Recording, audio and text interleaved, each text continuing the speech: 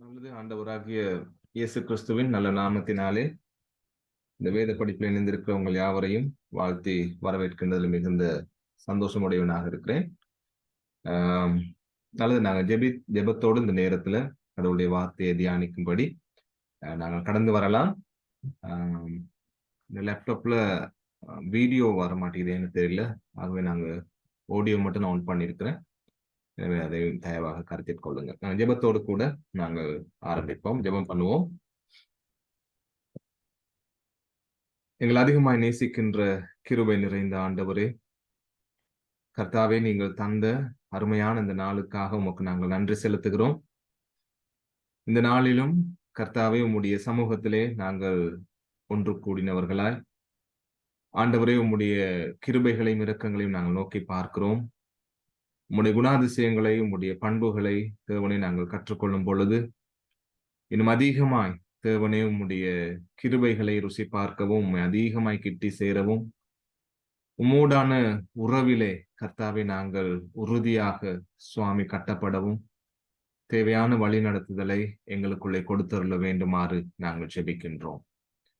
தேவனே, உம்முடைய கிருபைகளை இரக்கங்களை இந்த அருமையான சந்தர்ப்பத்திலும் எங்களோடு அதிகமாய் கொடுத்து எங்களை ஆசீர்வதித்து எங்களை வழிநடத்த வேண்டுமா நாங்கள் ஜெபிக்கிறோம். இந்த இடத்துல ஒன்று கூடியிருக்கிற ஒவ்வொருவரையும் உம்முடைய பிரசன்னத்தினாலே தாங்கி கர்த்தாவே, உம்முடைய கிருபையினாலும் இரக்கத்தினாலும் தாங்கி வழிநடத்த வேண்டுமாறு நாங்கள் ஜெபிக்கிறோம். இயேசுவின் நல்ல நாமத்தினால் பிதாவே, ஆமென். நல்லது. நாங்கள் கடந்த வாரத்துல பார்த்திருந்தோம் கடவுள் பொறுமை உள்ளவர் என்பதை குறித்து சில காரியங்களை நாங்க கடந்த வாரம் பார்த்திருந்தோம். அந்த பாடத்துல 2வது பகுதியாக இன்றைய நாளிலே அதன் தொடர்ச்சியாக கடவுளின் பொறுமை அல்லது கடவுள் பொறுமை உள்ளவர் என்ற பாடத்தை நாங்கள் தொடர்ச்சியாக கற்றுக்கொள்ள இருக்கிறோம். எனவே நாங்கள் கடந்த வாரம் பார்த்திருந்தோம் கடவுள் தன்னை எப்படி அன்புள்ளவராக, கிருபை இரக்கம் உள்ளவராக, நீதி உள்ளவராக, பரிசுத்தம் உள்ளவராக வெளிப்படுத்துகிறாரோ அதே போல தன்னை ஆண்டவர் பொறுமை உள்ளவராக வெளிப்படுத்துகிறார் என்பதை நாங்க பார்த்தோம். அது எங்கன்னு சொன்னா யாத்திராகமம் 34ஆம் அதிகாரத்துல 6ஆம் வசனத்துல, அதாவது மோசே 2வது முறை ஆண்டவர் சொன்னதை போல கற்பலகைகளை எடுத்துக்கொண்டு 10 கட்டளைகளை கடவுளத்துல வாங்கும்படி மலை உச்சியில ஏறி போகிற சந்தர்ப்பத்துல கடவுள் மோசேக்கு முன்பாக கடந்து போனார் என்று சொல்லப்படுகிறது. 34ஆம் அதிகாரம் யாத்திராகமம் 6ஆம் வசனத்துல அதுல கவனிக்கிறோம்.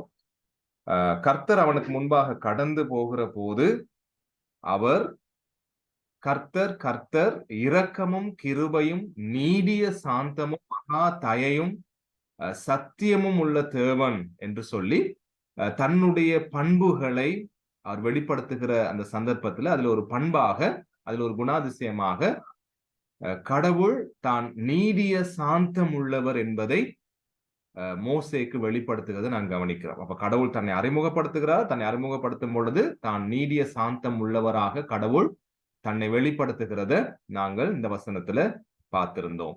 அதே போல சங்கீதம் 86:15 நாங்க வாசிச்சோம். அந்த வசனம் இப்படியாக சொல்லுகிறது: ஆனாலும் ஆண்டவரே, நீர் மன உருக்கமும் இரக்கமும் நீடிய பொறுமையும் பூரண கிருபையும் சத்தியமும் உள்ள தேவன். அப்ப தேவனை குறித்து கதைக்கும் பொழுது அந்த வசனத்துல வாசிக்கிறோம், அவர் நீடிய பொறுமை உள்ள தேவன். அப்ப கடவுள் தன்னை சாந்தமுள்ளவராக, அதே நேரத்தில் நீடிய பொறுமை உள்ளவராக வேதாகமத்துல தன்னை வெளிப்படுத்தி இருக்கிறார் என்பதை நாங்க கடந்த வாரத்திலும் நாங்க பார்த்திருந்தோம்.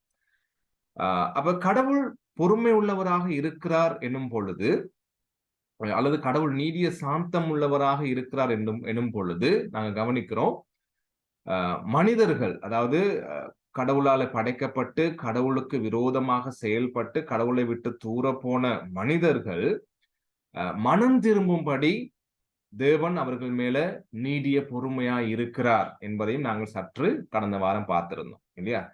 ஏன் அவர் பொறுமையா இருக்கிறார்னு சொன்னா, தன்னுடைய மக்கள் மனம் திரும்ப வேண்டும் என்று சொல்லி அவர்கள் மீது நீடிய பொறுமையாக இருக்கிறார்.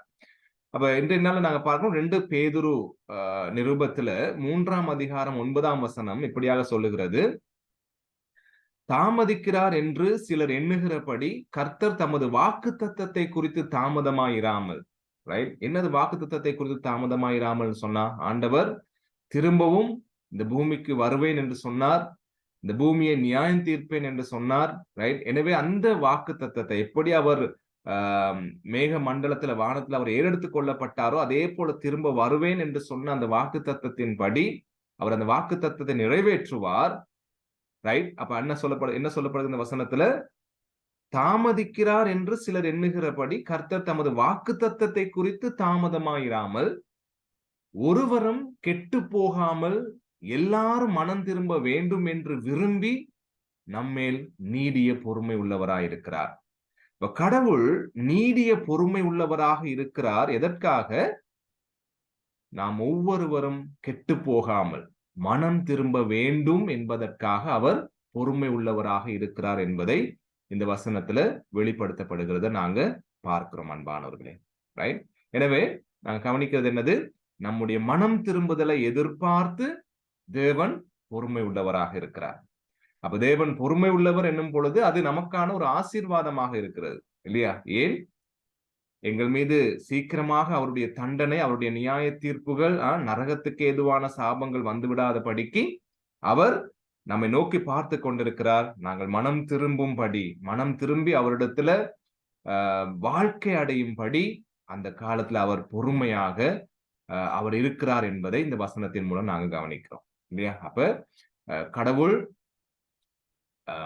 மனம் திரும்பும்படி மக்கள் வாழ்க்கை அடையும்படி விரும்புகிற ஆண்டவராக இருக்கிறார்.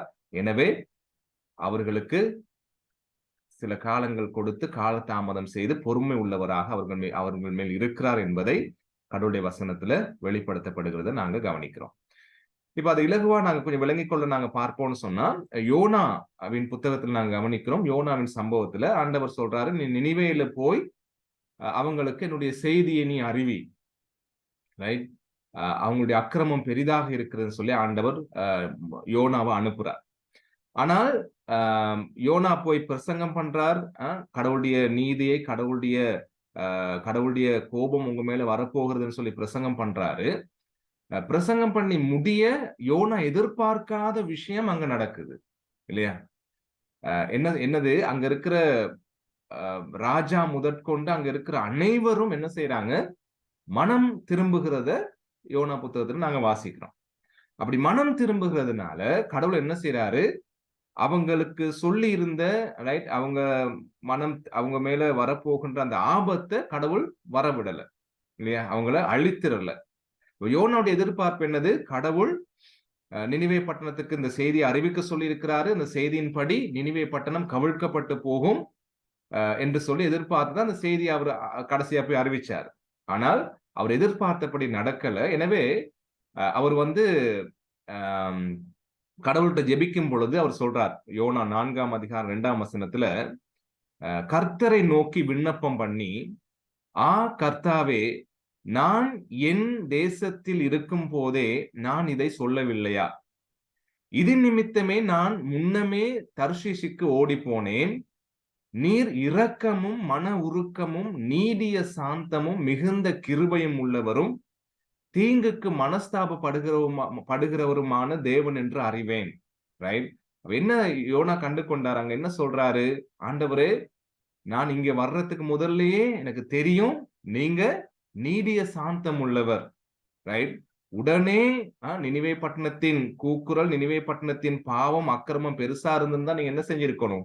உடனே அவங்கள அழிச்சிருக்கணும். உடனே உங்களுடைய சாபமும் உங்களுடைய தண்டனையும் நியாய தீர்ப்பும் அங்க வந்து விழுந்திருக்கணும். ஆனா எனக்கு தெரியும் நீங்க நீடிய சாந்தம் உள்ளவர். ரைட்? காலங்கள் கொடுக்குறீங்க. ரைட்? இத்தனை நாள் நீ பிரசங்கிக்கணும், இத்தனை நாள் போகும். ரைட்? காலங்கள் கொடுத்து நீங்க என்ன செய்றீங்க? நீடிய சாந்தம் உள்ளவராக நீங்க இருக்கிறீங்க. அந்த நீடிய சாந்தத்தின் நிமித்தம் நீங்க அவங்களுக்கு காலங்கள் தாமதப்படுத்தினது நிமித்தம் அவங்க என்ன செஞ்சிருக்கிறாங்க? நினிவே பட்டணத்து மக்கள் மனம் திரும்பி இருக்கிறார்கள். இது எனக்கு தெரியும் சொல்லி அந்த கடவுளுடைய குணாதிசயத்தை யோனா இந்த இடத்துல சொல்றதை நாங்க பார்க்கிறோம். ரைட்? அப்ப இங்கேயும் நாங்க கவனிக்கிறோம், மனிதர்கள் மனம் திரும்பும்படி தேவன் காத்திருக்கிறவராக இருக்கிறார். ரைட்? அப்ப தேவன் பொறுமை உள்ளவராக இருக்கிறார்னு சொல்லும் பொழுது, அவங்க மனம் திரும்பும்படி அவர்களுக்காக காத்திருக்கின்ற தேவனாக இருக்கிறார். அப்ப அவங்கள மனம் திரும்ப வைக்கும்படிக்கு பொறுமையோடு அவங்களை எச்சரிக்கும்படி அவங்களுக்கு செய்தியை அனுப்புறார். அதுக்காக ஒரு தீர்க்கதரிசியை ஆயத்தப்படுத்தி அந்த இடத்துல கடவுள் அனுப்புறார். ரைட்? அனுப்பி என்னென்ன சொல்லணும்னு சொல்லி எல்லா விதமான காரியங்களையும் சொல்லி அவர் அனுப்புறார். இல்லையா? அப்ப தன்னுடைய நீதியின்படி, தன்னுடைய பரிசுத்தத்தின்படி உடனே தண்டனையும் சாபத்தையும் கடவுள் கொண்டு வந்து தராம, கடவுள் நிறைய காரியங்கள் அவங்க மனம் திரும்பும்படியான காரியங்களை, வழிகளை ஆயத்தப்படுத்துகின்ற கர்த்தராக இருக்கிறார் என்பதை நாங்க கவனிக்கிறோம். எனவே தேவன் பொறுமை உள்ளவர் என்னும் பொழுது அந்த பொறுமை, அந்த நீடிய சாந்தம் நினிவே பட்டண மக்களுக்கு ஆசீர்வாதமாக இருந்தது என்பதை நாங்க கவனிக்கிறோம். இல்லையா? யோவேல் புத்தகத்துல 2ஆம் அதிகாரம் 13ஆம் வசனத்துல நாங்க பார்க்கிறோம், நீங்கள் உங்கள் வஸ்திரங்களை அல்ல, உங்கள் இருதயங்களை கிழித்து உங்கள் தேவனாகிய கர்த்தரிடத்தில் திரும்புங்கள். அவர் இரக்கமும் மன உருக்கமும் நீடிய சாந்தமும் மிகுந்த கிருபையும் உள்ளவர், அவர் தீங்குக்கு மனஸ்தாபப்படுகிறவருமாய் இருக்கிறார் என்று யோவேல் 2:13 நாங்க பார்க்கிறோம். இல்லையா? மக்கள் கடவுளுக்கு விரோதமாக செயல்பட்டு இருக்கிற அந்த காலத்துல கடவுள் நேரடியாக தன்னுடைய தண்டனையை ஆரம்பத்திலே கொடுத்துராம அதுக்கு முதல் எச்சரிப்பின் செய்தி அந்த நீடிய சாந்தத்தின் நிமித்தம் அவர் கொடுக்கிறார். ரைட்? நீங்க உங்களுடைய வஸ்திரங்களை அல்ல இருதயத்தை கிழித்துக் கொண்டு தேவனிடத்துல திரும்புங்க. அப்ப அந்த திரும்பும் படிக்கு, அந்த திரும்பும் அளவுக்கும் அவர் உங்க மேல நீடிய சாந்தம் உள்ளவராக இருக்கிறார் என்பதை அந்த வசனத்துல நாங்க கவனிக்கிறோம். இதுதான் இப்ப நினிவே பட்டணத்துல நடந்தது. அந்த ஜனங்கள் மனம் திரும்பி கடவுளிடத்துல வரும் பொழுது கடவுள் எப்படி தீங்குக்கு மனஸ்தாபப்படுகிறவராக இருக்கிறார் என்பதை அவங்க அனுபவிக்க கூடியதாக இருந்தது அன்பானவர்களே. ரைட்? எனவே இப்படியாக நாங்க பார்க்கும்போது கடவுள் பொறுமை உள்ளவர், அந்த பொறுமையின் நிமித்தம் கடவுள் மக்களுக்கு வாழ்க்கை கொடுக்கிறவராக இருக்கிறார், மக்களும் வாழ்க்கை அடைகிறவர்களாக இருக்கிறார் என்று நாங்க பார்த்துக்கிட்டு வரோம். ஆனால் பிரசங்கி புத்தகத்துல நாங்க வாசிக்கிறோம் 8ஆம் அதிகாரம் 11ஆம் வசனத்துல, துர்க்கிரியைக்கு தக்க தண்டனை சீக்கிரமாய் நடவாதபடியா மனுபுத்திரரின் இருதயம் பொல்லாப்பை செய்ய அவர்களுக்குள்ளே துணிகரம் கொண்டிருக்கிறது. இப்ப கடவுள் நீடிய பொறுமையா இருக்கிறாரு, சாந்தம் உள்ளவராக இருக்கிறாரு, உடனே தண்டிக்க மாட்டேங்கிறாரு. ரைட்? அப்படி தண்டிக்காம இருக்கிறதுனால என்ன நடக்குதா? இந்த வசனத்துல வாசிச்சோம், அவங்களுடைய துர்க்கிரியை, கடவுளுக்கு விரோதமாக செயல்படுகின்ற மோசமான செயல்களுக்கு தக்கதான தண்டனை உடனே சீக்கிரமாக வராததுனால மனுஷனுடைய இருதயம் என்ன செய்தான்?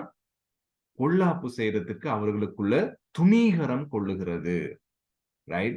பாவத்துல மனிதன் துணிகரம் கொள்ளுகிறான் கடவுள் தன் மேல நீடிய பொறுமையாக இருக்கும் பொழுது. கடவுள் சாந்தம் உள்ளவராக மனம் திரும்புவதற்கு ஏதுவாக எங்களுக்கு காலதாமதம் செய்யும் பொழுது, எங்களுக்கு காலங்கள் கொடுத்திருக்கும் பொழுது, எங்கள் மீது கிருபையா இருக்கும் பொழுது, எங்கள் மீது நீடிய சாந்தமாய் இருக்கும் பொழுது, மனிதன் என்ன செய்யறான்? இன்னும் அந்த கடவுளுடைய சாந்தத்தையும் கடவுளுடைய பொறுமையும் என்ன செய்யறான்? தனக்கு, தன்னுடைய பாவத்துக்கு சாதகமாக அவைகளை பயன்படுத்திக் கொள்றான். இல்லையா?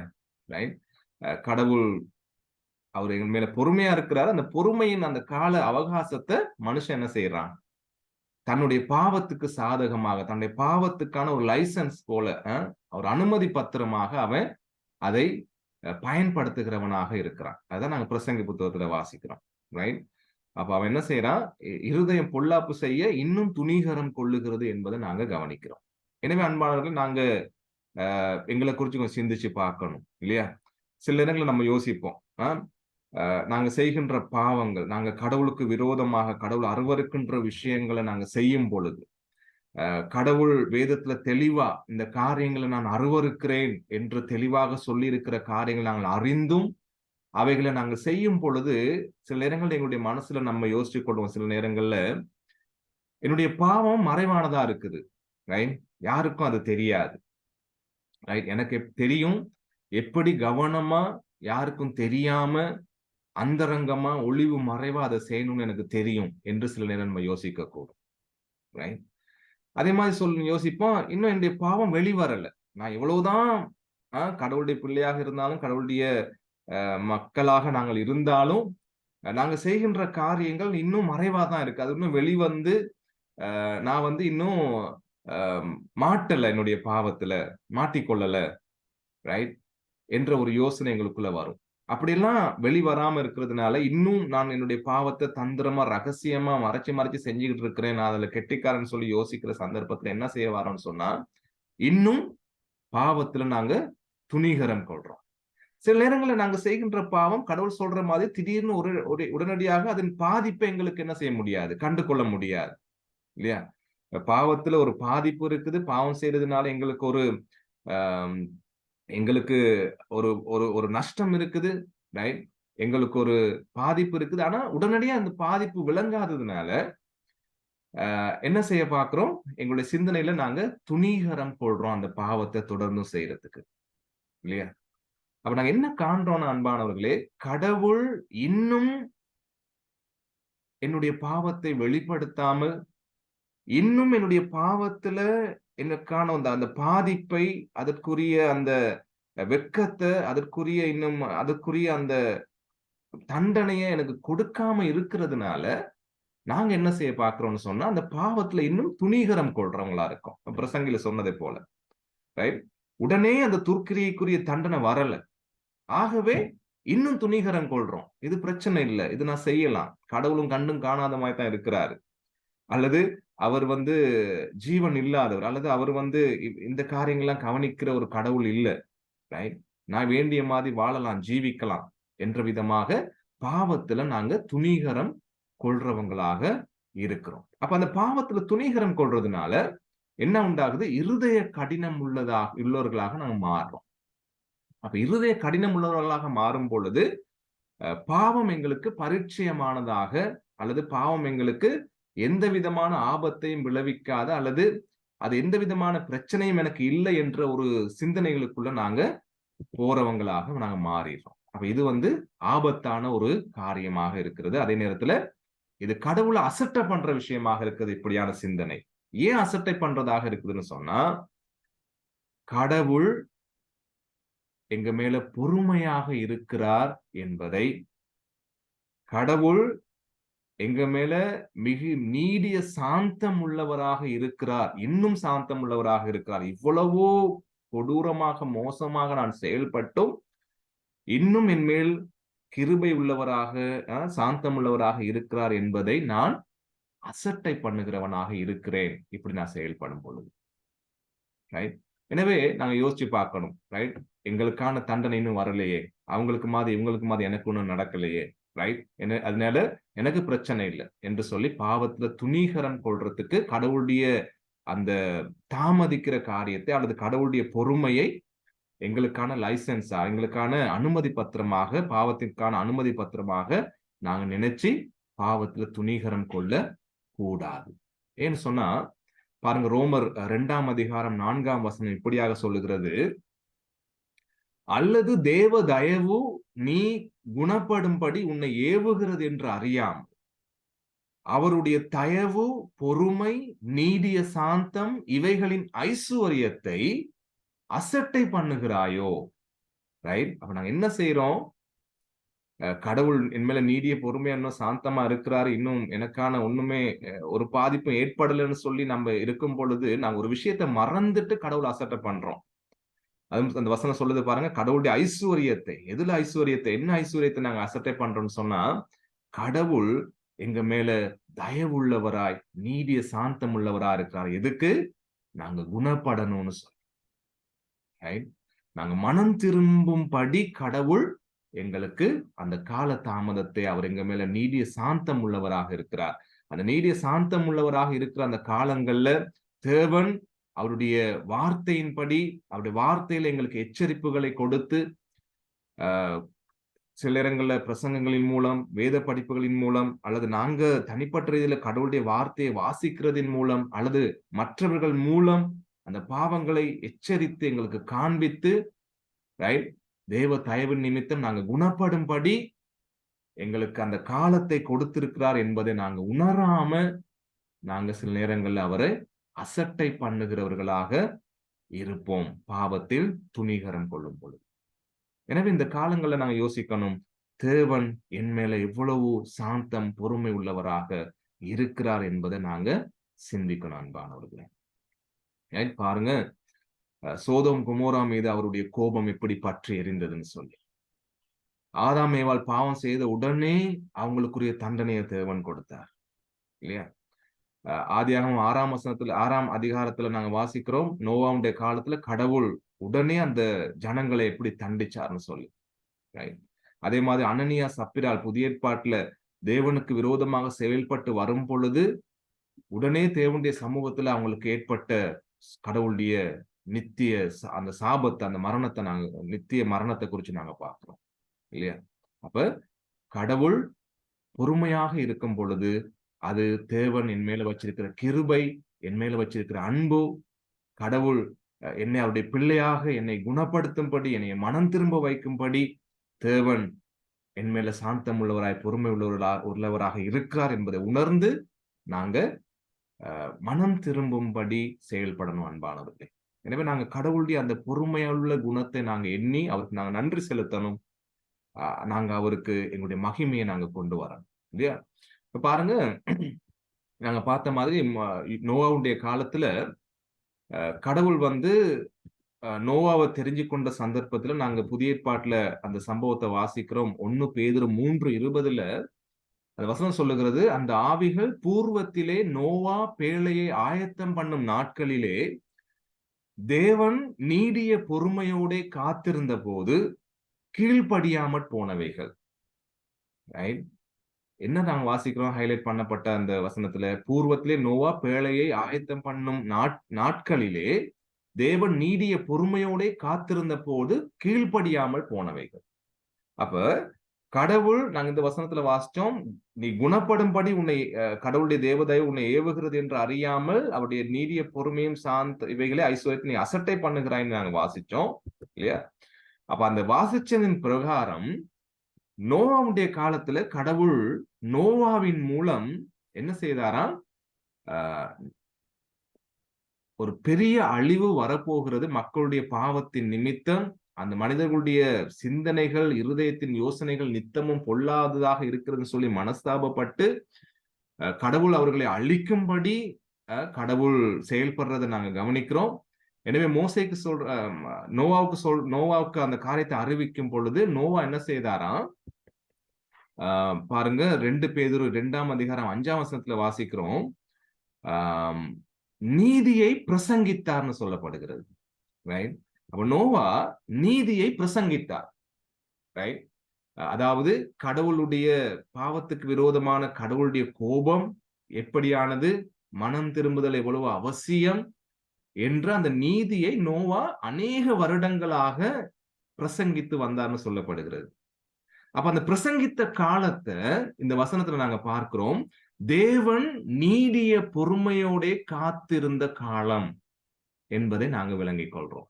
அதாவது பேழை கட்டி முடிந்து அந்த பெரும் வெள்ளம் வரும் வரைக்கும், ரைட், கடவுள் நோவாவையும் நோவாவுடைய குடும்பத்தையும் பேழைக்குள்ள போட்டு கதவை அடைக்கும் வரைக்கும் தேவன் நீடிய பொறுமையோட காத்திருந்தார். அந்த நீடிய பொறுமையோட காத்திருந்த காலத்துல நோவா நீதியை பிரசங்கித்தான். ஆனால் இந்த வசனம் என்ன பார்க்கிறோம்? வசனத்துல அவன் நீதியை பிரசங்கித்த பொழுதும் அவர்கள் கீழ்ப்படியாமல் போனவர்களாக இருந்தார்கள். கீழ்ப்படியவில்லை என்பதை நாங்க கவனிக்கிறோம். அப்ப கடவுளுடைய நீடிய பொறுமையை அசட்டை பண்ணினவர்கள், ரைட், கடவுளுடைய நீடிய சாந்தத்தை தள்ளி வைத்து கீழ்ப்படியாம போனவர்கள், ரைட், பாதாளத்துல நரகத்துல இருக்கிறார்கள் என்பதை இந்த வசனத்துல நாங்க கண்டுகொள்றோம். அப்ப அவங்க எப்படி கீழ்ப்படியாம போனாங்க? நோவா நீதியை பிரசங்கிக்கிறாரு. பிரசங்கிக்கும் பொழுது அவங்க என்ன செய்யறாங்களாம்? லூக்கா 17:27 வாசிக்கிறோம், நோவா பேழைக்குள் பிரவேசித்த நாள் வரைக்கும் ஜனங்கள் புசித்து குடித்தார்கள், பெண் கொண்டு கொடுத்தார்கள், ஜலப்பிரளயம் எல்லாரையும் அழித்து போட்டது என்பதை நாங்க பார்க்கிறோம். அப்ப கடவுள் பொறுமையோட காத்திருக்கிறாரு. அந்த காத்திருந்த காலத்துல நோவாவின் மூலம் நீதியை பிரசங்கம் பண்ண வைக்கிறாரு, எச்சரிப்பை கொடுக்கிறாரு, யோனா மூலம் நினிவேக்கு கொடுத்ததை போல. ஆனால் இந்த ஜனங்கள் தங்களுடைய இஷ்டத்தின்படி அந்த பொறுமையின் காலத்தை, அந்த சாந்தத்தை, தேவனுடைய அந்த குணாதிசயத்தை அசட்டை செய்து தங்களுடைய இஷ்டத்தின்படி அவர்கள் தொடர்ந்து வாழ்ந்து கொண்டே இருந்தாங்க. அப்ப காதுகள்ல தேவனுடைய நீதியின் பிரசங்கம் கேட்கப்படுது, மனம் திரும்புதலுக்கு ஏதுவான பிரசங்கம் வருது, பாவங்கள் எச்சரிக்கப்படுது, ரைட்?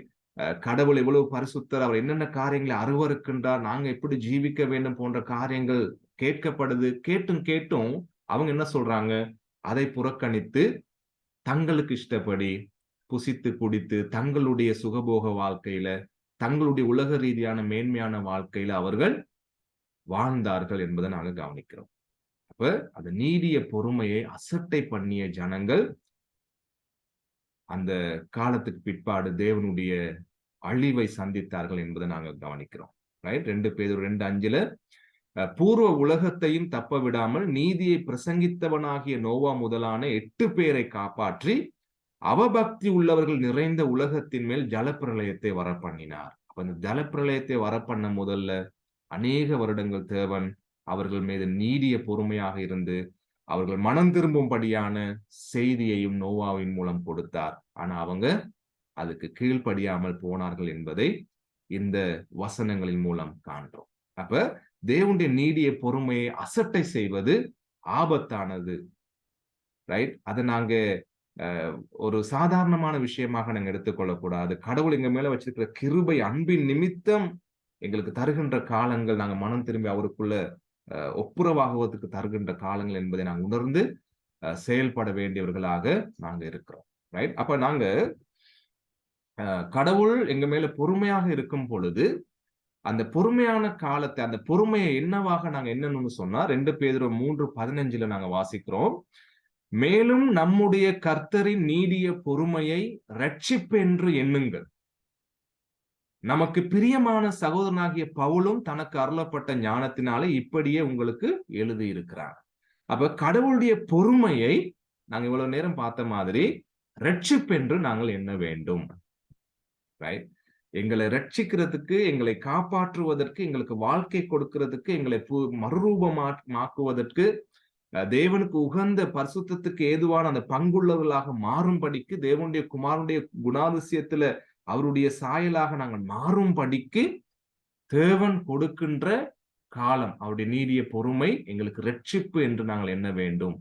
எங்களுக்கான வாழ்க்கை என்று நாங்க எண்ண வேண்டும் என்று சொல்லி நாங்க இந்த வசனத்துல வாசிக்கிறோம். அப்ப கடவுளின் பொறுமையானது நாங்க எங்களுக்கான நாங்கள் மனம் திரும்புவதற்கான ஒரு வாய்ப்பாக தேவன் நமக்கு கொடுக்கிற காரியமாக இருக்கிறது.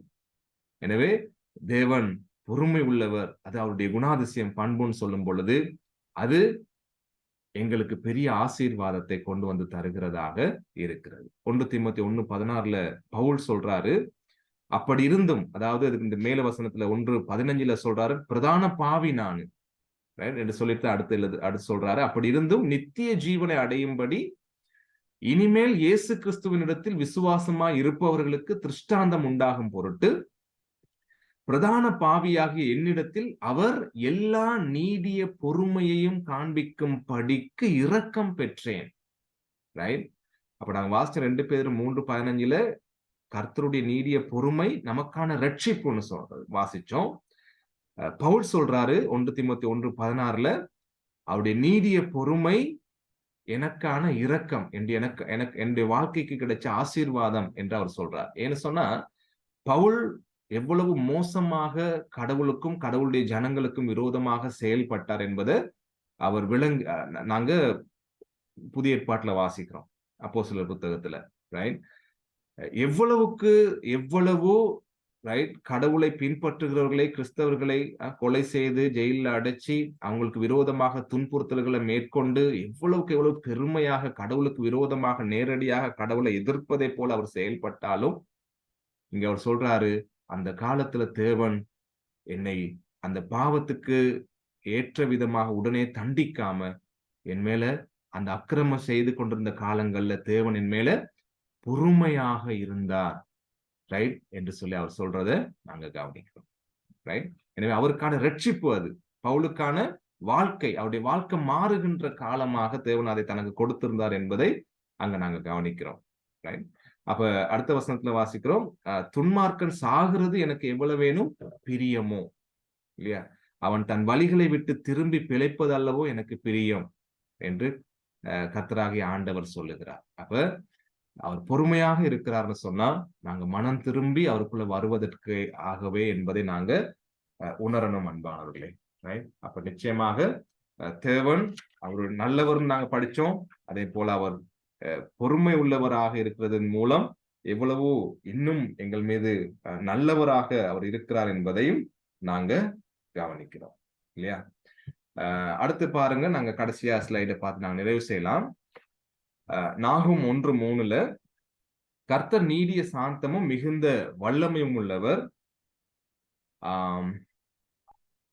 அவர்களை ஆக்கினை இல்லாமல் தப்புவிக்க மாட்டார். கர்த்தருடைய வழி சுழல் காற்றிலும் பெரும் காற்றிலும் இருக்கிறது, மேகங்கள் அவருடைய பாதத்துக்குள்ளாய் இருக்கிறது. ஏசாயா 48:9 வாசிக்கிறோம், என் நாமத்தின் நிமித்தம் என் கோபத்தை நிறுத்தி வைத்தேன், உன்னை சங்கரிக்காதபடிக்கு நான் என் புகழ்ச்சியின் நிமித்தம் உன்மேல் பொறுமையாயிருப்பேன் ஆண்டவர் சொன்னார். அப்ப நாகூம்ல வாசிக்கிறோம், நிச்சயமாக அவர் அந்த நீடிய பொறுமையாக இருப்பார், ஆனால் அவருடைய நீதியின் நிமித்தம் அவர் நிச்சயமாக தண்டனையை வருவிக்கின்ற ஆண்டவராக இருக்கிறார் என்பதை பார்க்கிறோம். அதுதான் நோவாவுடைய காலத்தில் நடந்தது. அதே போல தேவன் தன்னுடைய கோபத்தை நிறுத்தி வைத்தார் என்பதை நாங்க வாசிக்கிறோம். அப்ப பழைய ஏற்பாட்டில் அன்பாளர்கள் நாங்க கவனிக்கிறோம், கடவுள் மனிதன் மீதான கோபத்தை எப்படி நிறுத்தி வச்சாருன்னு சொன்னா, மக்களுக்கு சொன்னாரு, நீங்க ஆலயத்துல எனக்கு பழி செலுத்துங்க. அந்த பழி செலுத்தும் பொழுது, அதன் தகன பலியின் செலுத்தும் பொழுது அதனுடைய சுகந்த வாசனையை கர்த்தர் முகர்ந்தார்னு சொல்லப்படுகிறது. அப்ப தேவன் அந்த பழி செலுத்துதலின் மூலம் மனிதனுடைய பாவத்தை மன்னித்து மனிதனுடைய பாவத்தை பொறுத்து கொள்ளுகிறவராக இருந்தார் அந்த பழி செலுத்துறதின் மூலம். ஒருவன் தன்னுடைய பாவத்துக்காக ஒரு காளையை ஒரு ஆட்டை பலியிடும் பொழுது கடவுள் என்ன செய்யறாரு, அவன் மேல பொறுமையா இருக்கிறார் அந்த பலியின் நிமித்தம் இல்லையா? ஆனால் தொடர்ந்தும் அந்த மனிதர்கள் என்ன செய்யறாங்க, ஒரு பழி செலுத்திட்டோம்னு சொல்லிட்டு தொடர்ந்தும் பாவம் செய்யாதவர்களாக இருக்கல. அப்ப தொடர்ந்தும் பழி செலுத்தும் பொழுது கடவுள் அவங்க மேல பொறுமையாக இருந்திருந்து அந்த பழியின் நிமித்தம் அவர் பொறுமையாக இருந்தார்.